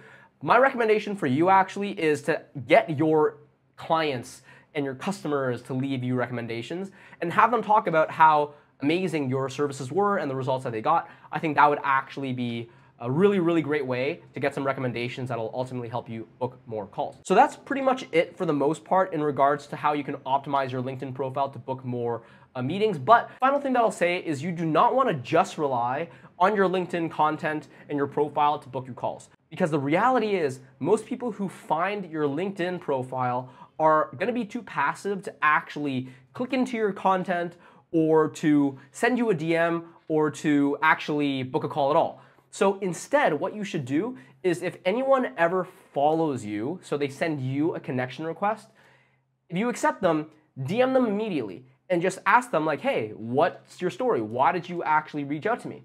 and start asking some questions to figure out what their pains are, and maybe you can actually help them out. Maybe there's someone who likes your content and you can send them a call booking link, or if they're not ready for that, you can just send them content such as your YouTube channel and get them to start nurturing, right? Same thing, if anyone ever likes your content down here, comments on it, then DM them. Thank them for engaging with your content and just start having a conversation with them to see what it is that they're trying to overcome and solve, and hopefully from there you have your entranceway into booking a call. And overall, that's actually how you can optimize LinkedIn. Don't be passive. Don't think that everyone is just going to find your content and book a call all on their own. Be proactive, DM people, have conversations, send them content in the private messages, and follow up so that they can ultimately schedule a meeting with you. The first thing that you're going to see on Instagram is obviously your top about section here, and you're only going to be given a certain number of characters, so the best advice I have for you is to try to utilize it to the best of your ability. So talk about what it is that you actually help people achieve. Make sure that you discuss your method as well as your actual target market. Give a little bit of social proof, whether it be the amount of clients that you've worked with, how it is that you've been able to help them, and then give them an easy way to actually reach out to you. Invite them to actually even DM you in the first place, and make it so that it's obvious that that's the intention and goal that you have for them in terms of how they might engage with you. And then of course, provide content. Now, in the past, we've spoken a lot about YouTube. I've talked about this extensively in my entire YouTube channel, as well as in the free courses that I've created. So a big part of why I think YouTube is amazing is because it's a much more long form version of building trust. Instagram and Twitter and all these other channels, you're probably not going to have people watch 20, 30-minute long pieces of content. But that's really what you want to do if you want to build true know, like, and trust factor. And that's why for me, I actually use Instagram more as a way to build a little bit of trust, but ultimately my goal here is to actually get them to go to my YouTube channel and actually consume my longer form content, because that's where I know people will start thinking that I'm a true expert in my field. So if you actually click here, you will actually go to my YouTube channel where you have access to all of my advanced scaling strategy videos, my entire playlist, which I've custom built just for my audience. So this is really where a lot of the indoctrination goes down, and people will be able to book a call right from this section. And then of course I provide a call booking link as well if they just want to go straight to that. Now, the next thing that I want to talk about is the highlight section. And highlights are essentially a collection of your stories that you've recorded in the past, which you're now able to essentially combine and aggregate together so that people have essentially a single highlight. And where I like to spend my time in regards to my highlights is a couple things. First off, I want to have a lot of customer testimonials. I want to just hit people over the head again and again with client wins, people generating results. And for you, that might be something relative to weight loss. It might be relative to getting a girlfriend or a boyfriend. In my case, obviously, it's more about revenue generation. So that's why I'm talking about my clients here, such as Brett getting 50K cash collected per month, Shamila here getting, well, it's moving so fast, but you get the idea. March 29K, 64,000 per month, 70,000. So you get the idea, and I'm just going to continue adding more and more. So this is actually a good way to even think about your own stories, right? On your Instagram stories, share these wins whenever they come in. If you have a program, seek out feedback from your customers so that you actually get from them in real time whenever they've had a success, whenever they've had a win, so that you could screenshot it and share it with your audience as well, because this provides a bit of a positive feedback loop in order to continuously generate more content that will ultimately get your next people to actually buy from you. Now, the next section that I like to have in my highlights are all my free trainings, because not everyone's going to necessarily go to my YouTube channel and go through and find all the content that makes the most sense for them. And that's why for me, I've kind of taken the best videos that I like and I've put them directly into my story sections here and my highlights, and they can just access the YouTube links live from Instagram. So once again, on the logic that I said before of using Instagram in order to just drive qualified traffic to YouTube, which is the more impactful place that I'm going to be actually leveraging in order to get people to know, like, and trust me and want to book a call with me. Now, I think for me, lifestyle is a really big part of why people end up wanting to work with me, because they want to be able to generate more money, work online, live anywhere in the world, essentially have a remote team that allows them to have a freedom lifestyle. So whatever it is, the lifestyle that you're also selling your particular clients, share it, right? When you look at my stories, I'm talking about traveling, I'm talking about friends, I'm talking about all the adventures and experiences that my job and my business lets me essentially have access to. So I'm consistently sharing this, and it's important that you don't just talk about work, right? Because if you are just the guy that 100% of the time just talks about work, you're essentially a work robot, people have a harder time relating with you. So share funny stories, be vulnerable. Sometimes I'll even have something on my Instagram which isn't necessarily happy. I'm just talking about how difficult my week is, whatever it may be. I think people, when they see that you're a human being, it's much easier for them to actually relate with you. Other things that you might want to do in regards to the actual stories is just calls to actions, right? Hey, DM me if you're looking to grow. DM me if you're looking to lose weight. I'm looking for 5 people this month that are trying to achieve this specific goal. If that's something that you're interested in, send me a DM. You can have polls, you can have little questions, and those are all things that you can also deploy in your stories that will ultimately get people to actually engage. If you were to compare your Instagram to, say, like a brick and mortar store, I would almost say that all of your posts here in your wall and in your grid section, it's almost like the clothes that are being put on the windowsill on display. You're not necessarily gonna buy because of that, but it might actually get you in the store. So that's really what this content is. You wanna have enough of it and that it's high quality and that people follow you and subscribe to you and start paying attention. But as far as how you actually get people to convert, it's going to be your stories, it's gonna be your highlights, it's gonna be the links that you're sending people into your YouTube channel. That's gonna be where people actually end up converting and having deeper conversations with you. So you definitely want to be focusing a lot of your energy in your highlight section, in your stories, and then you can allow the reels to be more the credibility builder to get someone to even follow you in the first place. So with that being said, let's talk a little bit about your wall. What does that look like? For me, most of this content are just minute-long reels, and I actually have made this to be mostly just 1 minute, essentially teaser or trailer versions of my YouTube videos. Because if you were to go into any of this content and you looked in the caption, a lot of it actually says, hey, go to my YouTube channel for this video, but with more depth. And I'm pretty much using this content as a way to, once again, get people to go to my YouTube channel. Now, not to say that if people just see this video on its own, they wouldn't learn, but there's only so much content that you can really deliver in a single minute, right? So I'm probably gonna avoid talking about anything extremely tactical, and I'm gonna defer to YouTube for that. Sometimes I'll be more likely to just talk about higher level tactics or mindset things. And something that actually I've found to be pretty effective is thinking about what are all the objections that people tend to come to me on a call with, such as, oh, I don't need content, or I could do this myself by just watching your videos. Why would I need to pay you if you're already giving all this free content away? So a lot of those objections that I'm oftentimes getting, those are actually really quick ideas that I could put into a minute-long reel. Hopefully, if they watch it, they can enter my sales calls having already overcome some of those objections. So that's actually a high-level overview of what I like to do in regards to my reels. Now, other things that you might do outside of just reels are these like little carousels where you're trying to just give as much value as you can, but in written form. So I actually just cheat. I use Twitter, and sometimes I'll just screenshot some of my better performing posts on Twitter. But even when I think about how to create these from a Twitter perspective, I'm really just trying to essentially come up with what is a very quick and snappy, maybe list form piece of content that I can provide, which will immediately help someone overcome a certain problem or achieve a specific objective, right? So for me, something that I made recently is, hey, if you wanna scale to 100K per month, you might need to hire an appointment setting team. Here's exactly how to do that step by step. And I more or less just go through a pretty in-depth instruction manual of how they can do that. So there's a little bit more variety in my feed than just having videos. That being said, the key with Instagram, beyond just the content alone, is that whenever someone follows you or whenever someone actually engages in your content, don't be passive. Don't wait for them to actually DM you or book a call with you. Actually reach out to them, right? Send them a message and say, hey, thank you for following me. Thank you for actually engaging in my content. What is it that you're actually struggling with? Take the initiative. try to book them into a call, or in the DMs, send them to your YouTube channel or send them to the best content that you have, and that way they can continuously nurture. Don't just wait for them to ultimately take the next step on their own, because they oftentimes won't. And if you do all of these things that I've just mentioned, I guarantee you'll be able to continue scaling and generating more calls with your coaching, consulting, or agency business using Instagram.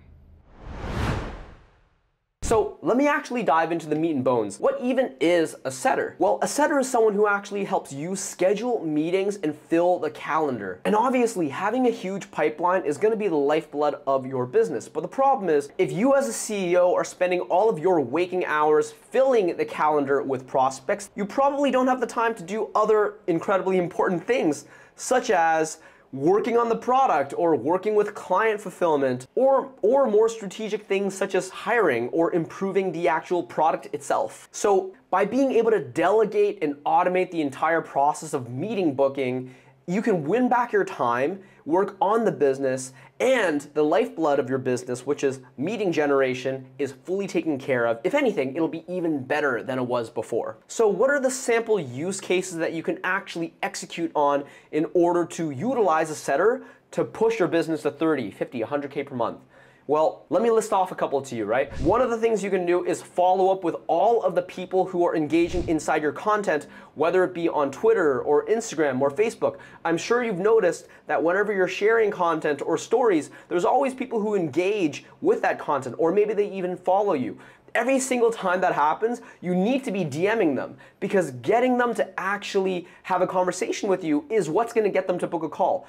Just them seeing your content and them engaging with it doesn't mean that they're ever going to actually just book on their own. In fact, most prospects are very passive, right? For example, right, I have a YouTube channel. I get thousands of views every single week, yet only a small percentage of them actually book, despite a lot of these people really liking my content. When I'm proactive and I actually reach out to them directly on social media and I talk about how they enjoyed my videos, and I'm able to actually progress the conversation, figure out their issues, and then proactively get them to book, it works significantly better. Here's a couple examples, right? We have Chad here, one of my clients. He more or less says, hey, I saw some of your content, yet for whatever reason, he did not book a call with me, so we now actually have to have a bit of a back and forth DM conversation, and then eventually he does become a client, he eventually does start closing deals with our help, and he eventually does pretty much make money on our engagement incredibly quickly. Other examples, right? Julie, same thing, saw a bunch of content, never booked a call. We had to DM her before we were able to successfully book her into a call. Same thing with Elaine. Saw our content, never booked a call. We needed to DM them, engage them directly, and get them to actually progress to the next step. Now, the next use case is if you just wanted to run your cold outreach, right? Let's say you sent out 50 or 100 messages every single day on social media, but of course, as soon as the person replies, you need to be able to then respond and get them to actually book a call. A setter can do that. Now, what if you run paid ads? How could setters help you with paid ads? Well, imagine if you are generating 100 leads every single week, but you're relying on all of these people to just book on their own because they saw some VSL or downloaded some ebook of yours. That's incredibly inefficient. Instead, if you're collecting their phone numbers or if you're collecting their social media URLs, having a setter actually proactively hit them up on the phone and be like, hey, I noticed that you joined my Facebook group. Hey, I noticed you opted into the ad. I noticed that you downloaded the ebook. I noticed that you checked out our video. What's your story?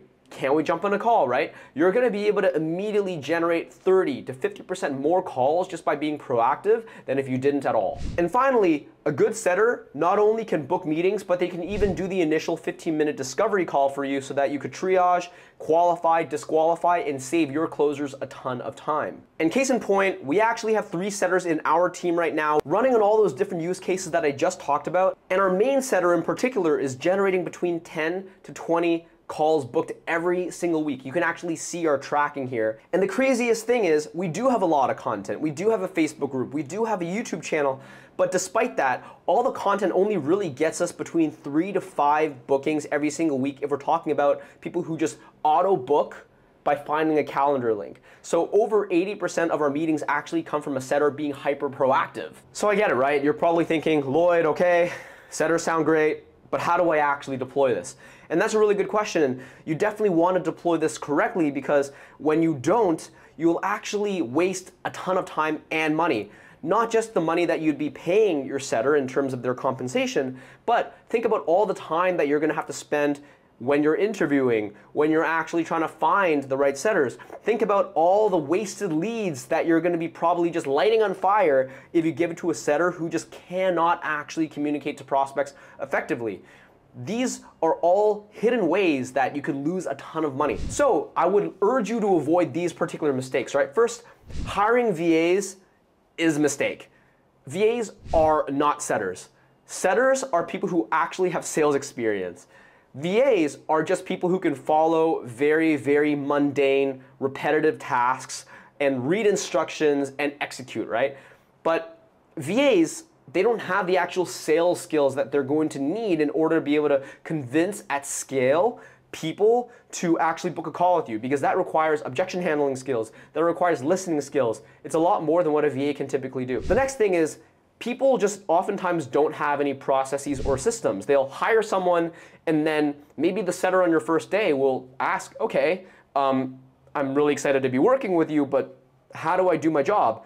And if your answer is like, I don't really know, you're gonna have to figure it out on your own, your setter's gonna fail. So you need the SOPs, you need the systems, you need the scripts, you need all the different supporting material and workflows that will allow your setter to actually succeed. The next mistake that people often make is they just don't have any sort of incentive structure that makes it motivating for a setter to perform well.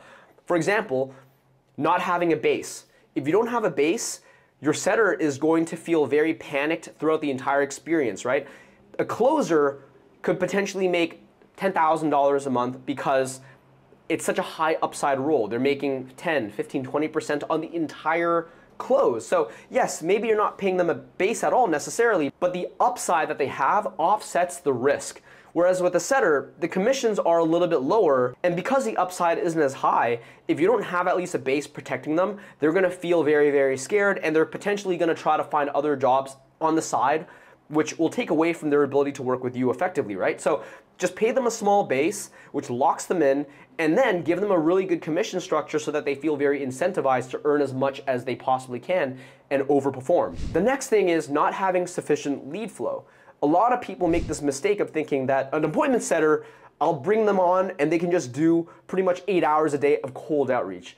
Now, if you're selling a very, very, very high ticket offer, such as like enterprise software, and the LTV is like $40,000, then maybe that'll work, right? Maybe your setters, even if they only book 5 meetings a week, will make enough commission because it's such a high price point. But most of the time, if you're doing just pure cold outreach, they're gonna be booking very few amount of meetings because people are hyper skeptical when it comes to cold outreach. And because there's not that many meetings being booked, they're probably not gonna make much commission and then they're just gonna quit. So I would highly recommend that if you do wanna bring on a setter, that you have enough lead flow that they can talk to warmer leads, right? For example, you have ads coming in so that your setters are just talking to people who've opted into your ads, or you have content, Instagram content, YouTube content, Facebook group content, and now your setters can just DM people who have already been engaging with their content, and it's a bit of a warmer conversation, which means they'll have more meetings being booked, which means even if they're not making that much commission per deal, there's enough conversations that they'll ultimately be able to make good money, right? So you have to consider, can you support the setter and feed them with enough leads? So those are some of the mistakes that people oftentimes make. Now, the next thing that I want to talk about is the hiring funnel. How do you actually hire a setter, and what are the steps? Well, to get one qualified setter, you're going to need to, generally speaking, get 100 applications coming in. Out of those 100 applications, normally 15 will be worthy of getting a first round interview. And then of those, around 5 to 7 will actually be good enough that you move them to the second round interview. By the way, I'll get into what the interviews look like a little bit later in this video. But then after you do the second round interviews, typically you'll have 2 to 3 people who stand out, and you'll think to yourself, you know what, they're pretty solid, I would want to test them out. Let's put them on a little bit of a trial period. And then after that, 1 will typically make the final cut. So 100 applications and many, many interviews before you can actually get that one setter.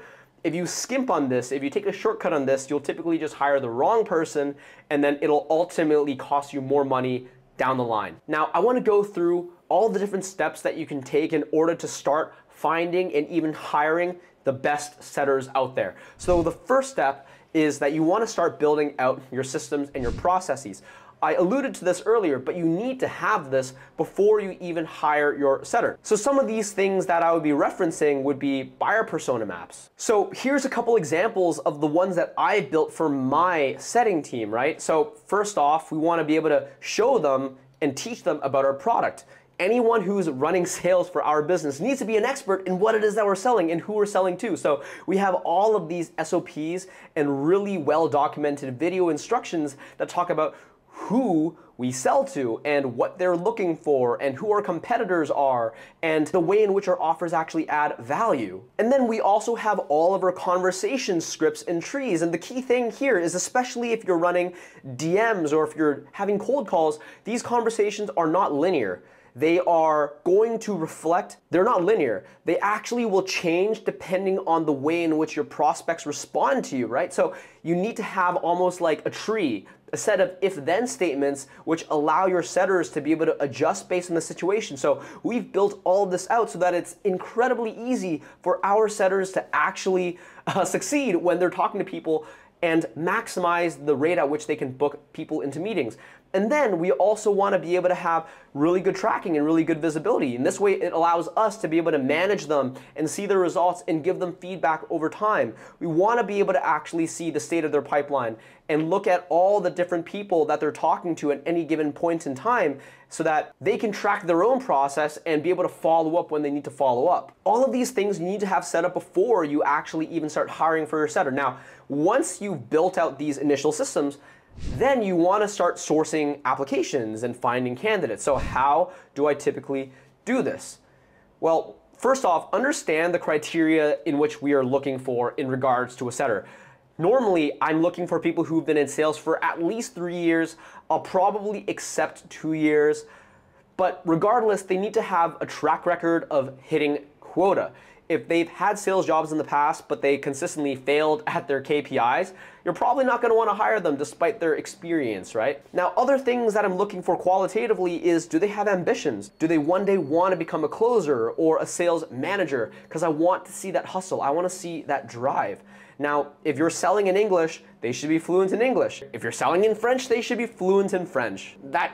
That's kind of a given, right? But the other thing that I like to also juggle is that they typically live in a country where the cost of living is lower. And that means I'm able to generate arbitrage. I'm able to actually pay them wages, which for them are still very good, but relative to like an American or a Canadian or a European is on the low side. And that way we can obviously save some money. So countries that I've really seen great experiences with is South Africa, because not only are they totally fluent in English, and the people there are very well educated, very smart, but they also live in a country which has just like 20% of the cost of living. So I'm able to really take advantage of that arbitrage. Now, where do I hire from? So I'll share with you a couple of the sources that I really like.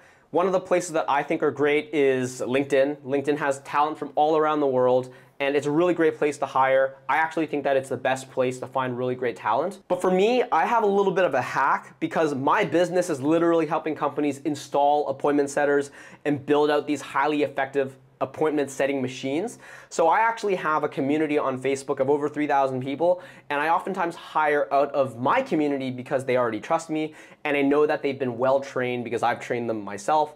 And this is oftentimes where I'm also hiring talent for my clients who are asking us for setters. So this is a little bit of a cheat code for me, but hey, I'll take it. Now, the other thing that I'd say is you want to be able to manage your pipeline, right? Because if you have 100 applications coming in and you got to do all these interviews, then obviously you want to make sure that everything is super well organized. So I do have essentially a CRM to manage my recruiting pipeline, and I use Workable in this case. Now, once you get the candidates to apply, what do you then do? So I do multiple rounds of interviews. The first round of interviews is a behavioral interview. So I'm gonna keep this like fairly quick, 15 minutes at most, and I'm just generally trying to get a sense of their personality, whether they're a culture fit, whether or not they have a reason to join, whether or not they actually enjoy sales. Do they have a history of beating quota?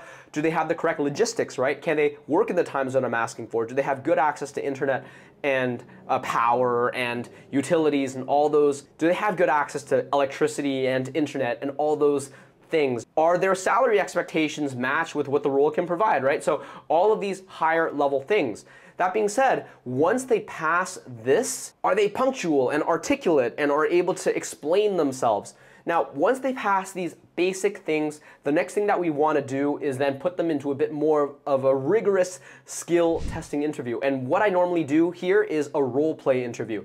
And the role play interview is really cool because we essentially give them a scenario as a salesperson, and then they try to pitch our hiring manager who's running the interview on the product, right? So we'll pretty much be able to figure out, are they good at overcoming objections? Are they good at pitching? Are they good at asking questions to qualify and disqualify? Do they have good poise on the phone when they're under pressure, right? So all of these things that we're obviously looking for with any salesperson, we're able to then pick apart right then and there on the role play. And the cool thing about the role play is that it also allows to get a sense of how coachable they are, because let's say in the role play interview, we give them 2 opportunities to do the role play. The first opportunity ends, and then maybe they did so-so, but we can ask them, hey, how did you feel like you did? Did you do well? Did you not do well? Give us some of your own feedback, and then we can also give them our feedback. And then after the first role play, we can more or less just say, hey, before we go to the next role play, here are some of the suggestions that I have to give you. Here are some of the things that I thought you did well on. Here are some of the things that you probably could have improved on. And then you can actually see in real time their ability to take your feedback and immediately use it in their second round of the role play. Did they actually use your feedback and they were very coachable and they wanted to learn? Or were they very defensive and when you gave them feedback, they were saying, no, that doesn't make any sense, I did that right? Because you definitely don't want those types of people in your team either, right? So role play interviews, super awesome way in which you can actually evaluate sales talent and culture fit. So once you've passed multiple rounds of role plays, you should have a sense of, okay, who are the most qualified individuals for the task? Then the next step is, once you've found a handful of people that you think are pretty good, they've crushed all the interviews, you can take them and put them into a test and a trial. And the reason why we like to do a trial is because we don't want to just give someone a full-time contract just because they performed well in an interview. Because I've learned this the hard way in my experience, in my career. Many people can interview well, but they'll still end up being bad at the job. So instead, you can just mitigate that risk by putting them into your organization for a week and just see how well they actually perform. So in that week, you'll test them out, you'll give them a little bit of training, but then you're really just looking at, are they punctual? Are they coachable? Are they diligent and willing to do the unsexy things like tracking their numbers and following up and using the CRM? And then you can look at their conversations, right? Are they actually communicating with prospects well?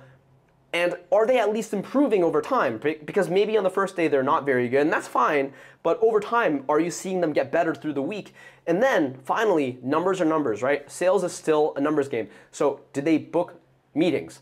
Were they actually doing a good job? And you put a handful of setters into this trial, maybe 2 or 3, and the best one actually gets the job. And this is how you can actually optimize your ability to get the right person for the role. So finally, you want to make sure that you've set up a good long-term system in terms of your management process. So part of that is your compensation. Try to make sure that at the end of the month, if they're performing well, they're making at least $2,500. Once again, that's a combination of base plus commission, heavily weighted more so towards the commission side because we want them to be incentivized to work hard. And of course, they can make more if they perform really well. This is a full-time job after all, so we want them to be able to perform well. But then, in terms of the ongoing management, every single day we do daily huddles just to make sure that we understand their goals and that we understand what their action plans are for that day. And then every week we also try to make sure that we're reviewing their numbers, listening to their calls and looking at their conversations so that we can give feedback, potentially doing some role plays to practice with them so that they can improve their skill set, right? We want to even ask them, hey, what is your ideal career trajectory? Do you want to become a closer or a sales manager?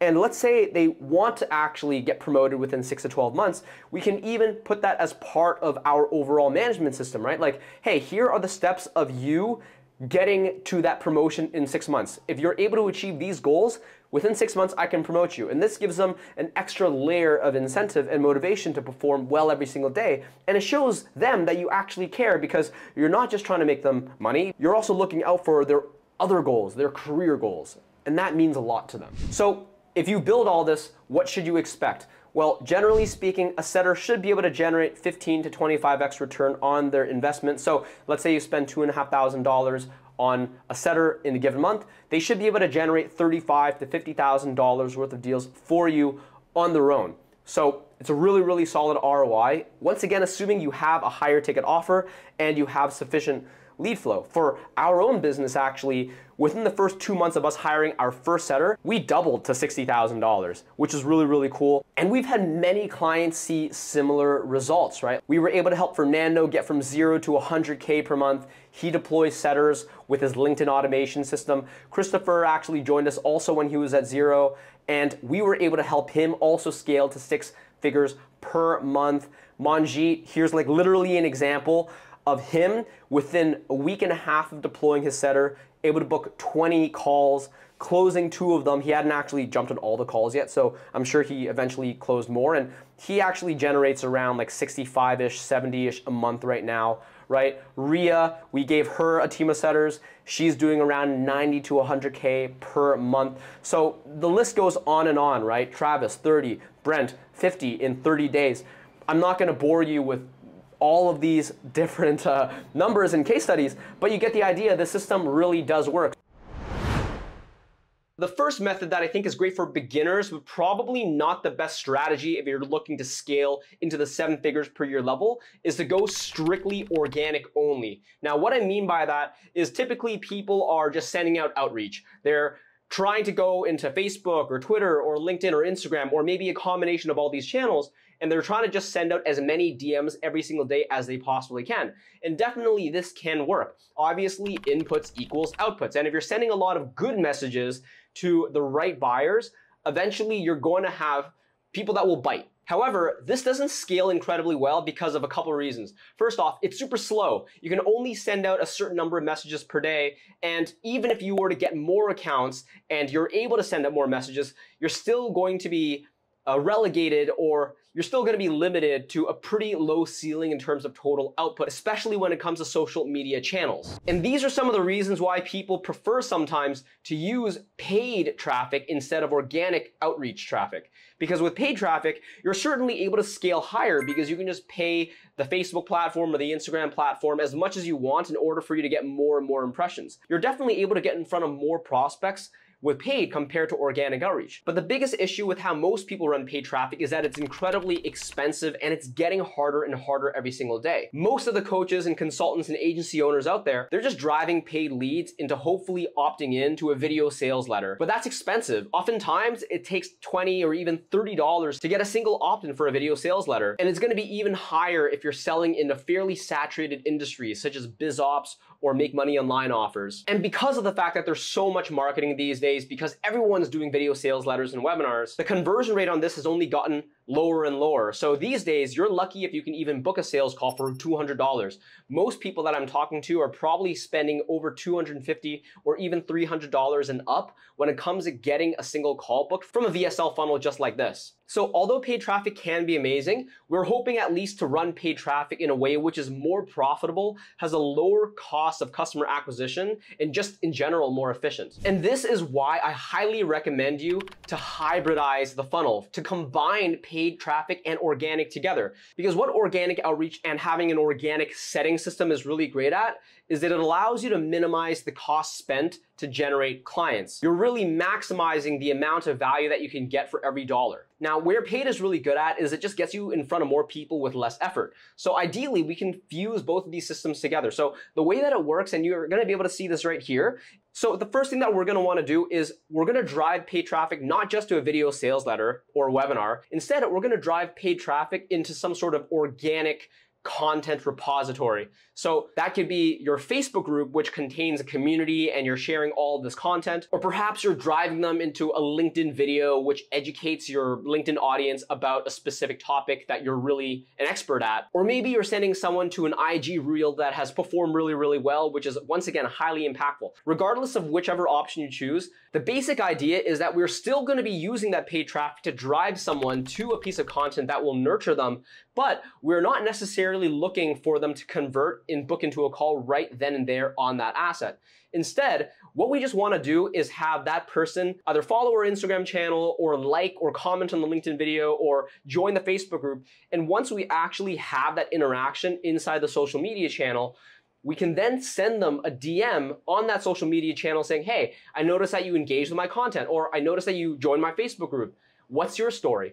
So now you're actually getting a much warmer, qualified lead who's already engaged with your content and knows a little bit more about you. And what this allows you to do is now you've actually gotten people to raise their hands. Prospects who have actually engaged in a piece of content of yours, you know that they like it, and now you actually have their social media profile in which you can DM and have a conversation with them. So this actually allows you to have not only significantly more scale and significantly more people that you can DM on your social media profile, it also minimizes the amount of cost that you're spending on your paid traffic. Because normally when you're actually driving traffic away from Facebook or Instagram or LinkedIn, and you're trying to get someone into your own website to try to convert on some sort of webinar or some other opt-in, that's when things get really, really expensive. Whereas when you're just using paid traffic in order to push people into an organic native social media post, and you're just getting them to engage there, that's significantly cheaper. And now you actually have a warmer lead entering the DMs instead of a totally cold lead who doesn't know anything about you. And from there, if you want to actually send them a link to your VSL or even send them a link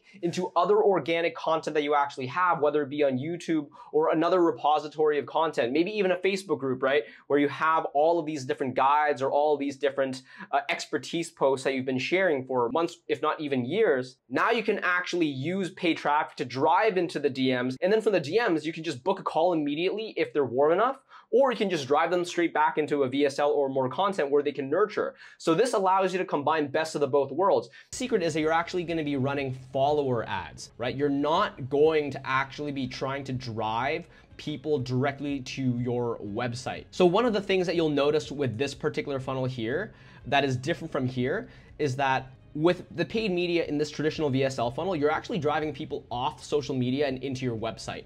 You're actually pushing people from, say, Facebook or Instagram directly into your website, into your landing page where they fill out an email, right? And this is always going to be a bit more expensive because Facebook and YouTube and all these media platforms, they're incentivized to try to keep people on the site. So if you're literally trying to drive their audience off their site, they're going to make you pay more. Comparatively, if you're willing to run ads where the objective of the ad is actually to just get people to follow your page, that they don't have to leave Instagram at all, then it's going to be significantly cheaper. And that's going to be the case for LinkedIn and YouTube ads as well. And to show you an example of this, I'll go into my Instagram profile here, where you can actually see my profile has a ton of content, right? It has all my stories, my client wins, my lifestyle, our growth, our methods, and our processes. And you can actually see here that our profile is optimized to drive people into our YouTube channel. If you were to go into any of my content, you'll actually see that a lot of the content is just like shorter form versions of my YouTube videos with a call to action of, hey, go to my YouTube to actually see this entire video, right? And that way, if I was able to run ads directly to my Instagram profile and get people to just follow me, right? That's the point of this ad. My ad is not to get someone to jump into my website and try to like opt into some sort of VSL. It's literally, hey, follow my Instagram profile if you are a coach, consultant, agency owner looking to scale, and just consume all of my content because it's going to be really valuable for you. And once they're in, once I've locked them in to being one of my followers, everything in the page is going to just push them into YouTube. And that's exactly how we do it. We run follower ads and we try to just get engagement ads, which are way cheaper. And then the beautiful thing is not only do we get them to go to our YouTube channel and subscribe to us there, and now they're gonna continuously get more and more and more and more of our YouTube videos, but now we can actually DM people, right? Because unfortunately with YouTube, you can't DM people. Whereas with Instagram, you can. And having a setter allows you to then follow up, right? Because the problem that I think with the VSL funnel is that you send someone by spending $30, $40 to get them to a VSL opt-in, then they watch it, but then you don't actually have an ability for you to truly follow up. Maybe you've gotten them on an email nurture, but the thing is, email is a very one-sided communication, right? People are typically not going to be responding back to you once you've sent them a marketing email. So having that setter that can actually now DM them and follow up with them and potentially hit them up multiple times over the course of weeks in order to maximize the ability for you to convert that lead into an actual call and then into a client is just much, much more effective. And the thing is, you can still collect their email upon them joining your Facebook group or however else you end up choosing to build out the top of the funnel paid side of things. But if you have the email nurture and you're also able to get them to follow you on social media, then you can now indoctrinate them on both sides, right? You can indoctrinate them on the email side. You can get them on the social organic side, or you can even just have the setter, once again, continuously DM them over time and send them content directly. So this is really the power of combining both paid and organic together. Now, I will say that this only works if you have a setting team, right? Because it's pretty unrealistic that you can do this all by yourself if you don't have a setting team. And given that paid is all about volume, if you're driving like thousands and thousands of impressions into your LinkedIn or your Facebook group, then you're probably going to have hundreds and hundreds of conversations on all of these different social media channels. And the only way that you're going to be able to manage them all and follow up and send them access to your YouTube channel or your other content is if you have a setter who just really understands how to manage these conversations and track and follow up and just be pretty much maximizing the paid traffic that you're spending, right? That wraps up the free course, and I really hope that you enjoyed it. I spent a ton of time on this, and I'm super proud of the work that we've done here. Implement it, use it, because I know if you do, you'll be able to generate lots of value. However, I do want to be real with you for a moment. As good as this content is, there are a few flaws. The first flaw is that I wasn't able to tailor the content to you specifically because obviously thousands of people are gonna be watching my videos, and I gotta make sure that it's relevant to everyone. But your business is unique. You have a unique audience, you have a unique offer. So the strategy still needs to be modified for your use. And the second thing is that I just had to leave out some details because honestly, this free course is already pretty long. So I had to leave out some shortcuts, automations, and best practices. You can absolutely try to execute all of this on your own, despite all of this. And I'm sure you'll be able to get some positive results. But it's also very likely that you will run into some issues, whether it be your copy doesn't work, or you can't figure out the right list to build, or your lead magnet isn't converting as well as you'd like. So on one hand, you could go and try to do all of this on your own, take months or maybe even years to try to solve it, crack the code. But I think the downside with this method is that it will take you a long time. And in that time, you're actually going to be costing yourself a lot of money, not just because of the failed experiments costing money, whether it be on softwares or ads or whatever, but also it's the opportunity cost that you're sacrificing by not getting the results now if you knew what the system actually was. And how stressful would that be if your lead flow issue persists for yet another 6 or 12 months? I really do believe that the better solution is to just work with an expert that already knows exactly how to implement this. And that's what my team and I can do for you. Because my team and I can sit down with you and customize a working plan just for you and your specific situation. No cookie cutter templates, and certainly no you needing to do a bunch of trial and error all on your own. We'll work directly with you and your team. We'll figure out the copy, the lead magnets, the entire strategy from a 90-day, 180-day, and even from a full year perspective. And then we'll go as far as to set up your automations and even build out a team for you so that you can make this entire system run on autopilot. Less stress, you save time, you get to your results quicker, which is ultimately what you want to do in business, right? So here are some of the results that we've gotten from the last 4 years of working with our 140 plus customers. Chris Chow, he actually started with us when he was still in the early days. I think he might have only had 2 or 3 customers at this point. And now his online tutoring business does well over 6 figures per month. He has a full sales team and he's automated his entire lead generation process. Manjeet as well. He has a real estate investment consulting firm. When I first started with him, he was actually still doing all of his business development by just cold DMing random strangers online. And that was okay for an early stage business owner doing around 10K a month, but now he's consistently doing 60K per month and above, and he doesn't need a cold pitch anymore. People actually know who he is because he's become an expert in his space, and he's also delegated his entire lead gen to a sales team once again. And the final example that I'll give is Ria. She actually helps nonprofits fundraise with her consulting firm, but when I first met her, she was just launching a brand new product, and within 30 days of working together, she was able to launch that product product, and she was able to cash collect over $90,000 in that single month. Pretty impressive if you ask me. And the biggest change for her was that prior to meeting me, she was just relying on referrals, her network, none of which was really scalable. So once we were able to actually systematize an outreach process with content and a sales team once again, she was able to really scale quickly. These are just some examples, right? We've worked with over 140 plus companies around the world, whether it be in software, coaching, consulting, agencies. The key similarity is that they all want to grow and they want to do so systematically. No more just hoping or praying. And listen, today there's more competition than there has ever been before. Everyone wants to work online. Everyone wants to start their own businesses. And because of that, the stuff that used to work in 2018 don't really work anymore. If you try to do the same cold outreach tactics or the same paid ad strategies that people used to do 4 years ago, that stuff will not generate results. And doing that will just mean that you're gonna lose to your competition. But there's no reason why you have to do that because we've already cracked the code, we've solved it. This isn't something that's new. So just talk to us and we'll give you the blueprint. There's no risk, right? Book a call with us and we'll just talk to you and give you some of our ideas and recommendations. We are not gonna hard sell you. Believe me. In fact, we'll try to make that call as educational as our content is. And that way, no matter what, you'll see value. But obviously, I'm hoping that on the call, you'll realize, wow, working with Lloyd and his team might mean that we'll get to our results in half the time with double the chances of success. And if that's the case, then we'd love to work with you. But hey, if you jump off the call and you think, you know what, I can do this without any help, be my guest. Go for it, right? We just want to be able to add value. So once again, no risk, book a call down below. If you don't think that you're ready for a call yet, then just send me a DM on social media and we can have a bit of a conversation there as well. Hiring or learning from Lloyd is the best shortcut we could have ever taken to being able to do 30 to 40,000 in organic in a couple of months. We probably could have figured it all out. We're both smart guys, but I learned a long time ago, if you can find a shortcut, it's worth the money. In our experience, it paid itself back in a couple of weeks. The return on investment, it's soon to be close to infinite because it just keeps going. You know, I mean, in the first month, what was our return? Like 5x. So it's not easy, but it is possible and it's simple once you put the disciplines into effect. And what was attractive to me is this system that you have of being able to expand my network and also being able to like connect with people without being spammy. And I think number one mistake that I made before I met you was like, I was using LinkedIn, but I was coming across as like too salesy and spammy. And so people like weren't taking meetings. And then using some of your techniques, I had an opposite problem, which is like everyone was trying to like book calls with me when it came time to sell in January. So I opened the cart, so to speak, in January with the goal of having 20 people enrolled by the end of January. I ended up booking like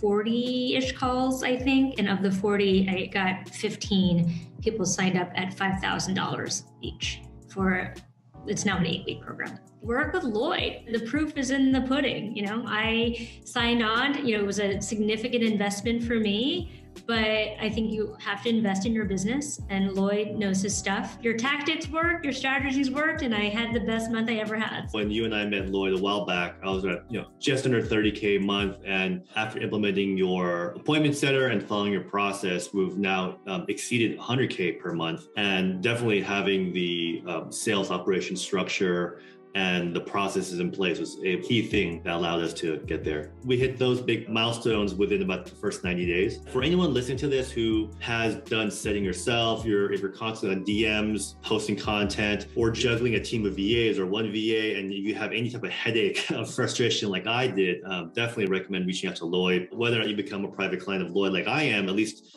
he'll be able to give you some insight that you probably don't have. And once you kind of break the shackles of being in your business, doing all the work that a setter should be doing instead of the owner, it's so liberating. And yeah, we've been able to like 3x our revenue. And it's been great in terms of my time too, because 3 weeks ago, I have a newborn son now, and there's no way I would be able to be a non-absentee father. I've told be an absentee father if I was still doing everything I was juggling on my own, right? But now that I have a team, I can actually like feel good about taking a couple hours, doing my family responsibilities, spending time with my family, and have the business still grow, not just like survive, but grow without me actually trying to take over, right? So that's what I would recommend to someone watching this.